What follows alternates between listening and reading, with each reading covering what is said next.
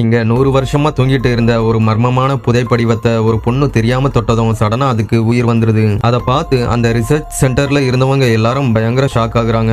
உடனே அங்க இருந்த ஸ்டாஃப் ஒருத்தர் அல்ட்ரா செக்யூரிட்டி மோட ஆன் பண்றதுக்காக யூவி லைட்டை ஆன் பண்றாரு. ஏன்னா யூவி லைட்டால மட்டும்தான் அந்த ஜியன்ட்டை கண்ட்ரோல் பண்ண முடியும். அப்போ ஒரு பொண்ணு தெரியாம கண்ட்ரோல் பட்டன் மேல காஃபியை கொட்டினதால முழு சிஸ்டமும் ஷார்ட் சர்க்கியூட் ஆகி யூவி லைட்ஸ் எல்லாம் ஆஃப் ஆகிருது. உடனே அந்த பொண்ணு வேகமா அங்க இருந்து ஓட ஆரம்பிக்கிறான். ஒருவேளை அந்த ஜியன்ட்டுக்கு உயிர் வந்தா தப்பிச்சிடக்கூடாதுன்னு 100 டன் எடையுள்ள இரும்பு சங்கிலியால தான் லாக் பண்ணி வச்சிருந்திருப்பாங்க.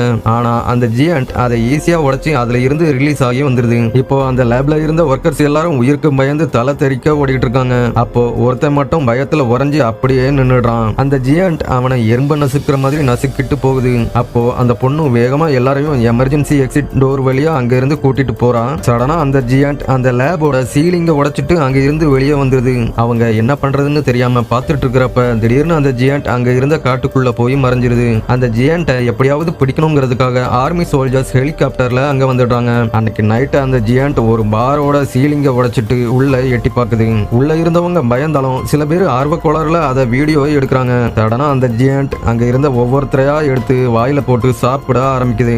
அப்போ சோல்ஜர்ஸ் ஹெலிகாப்டர்ல அங்க வந்து யூவி லைட்டை டைரக்டா அந்த ஜியன்ட் மேல அடிக்கிறாங்க.